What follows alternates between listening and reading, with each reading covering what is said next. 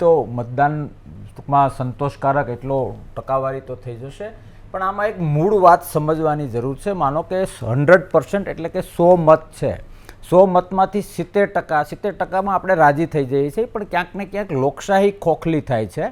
કારણ કે 70%માંથી જે 20% છે એ કોઈ ગલુડિયા પાર્ટી, અપક્ષ, આ તે એવું બધું આપણે ગણી લઈએ તો પછી 100માંથી 50 મત રહ્યા. હવે એમાંથી જેને 26 મત મળે છે એ જીતે છે, પાર્ટી છોડો, પણ આ એક લોકશાહીની ચિંતા છે. હવે એ 26% છે, ધેટ મીન્સ 74% જે ઈચ્છે છે એ પ્રમાણે લોકશાહીનું શાસન નથી આવતું. આ દરેક અભ્યાસુ માણસે વિચારવું જોઈએ.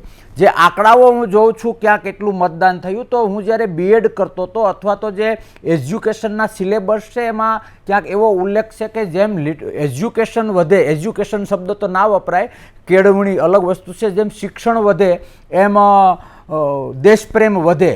પણ એરિયા પ્રમાણે જો જોઈએ તો એ કયા એરિયામાં કેટલું શિક્ષણ છે એની ટકાવારી પ્રમાણે અને મતદાનનું પ્રમાણ જોઈએ તો પણ આવતીકાલ માટે રીથિંકિંગની જરૂર છે. એટલે પક્ષો તો પ્રયત્ન કરતા હોય, પણ ક્યાંક ને ક્યાંક હું રિપીટ કરું છું કે લોકશાહી પ્રેમીઓએ ખુદ જાગવું જોઈએ. સાચાને સાચો, ખોટાને ખોટો, પ્રિયને પ્રિય, નફરતને નફરત, એ માટેનો આ અવસર છે. આ ટાઈમે બેસી રહીશું તો બકરાઓ રાજ કરશે અને સિંહ ક્યાંક સાઈડમાં થઈને બિચારો બનશે.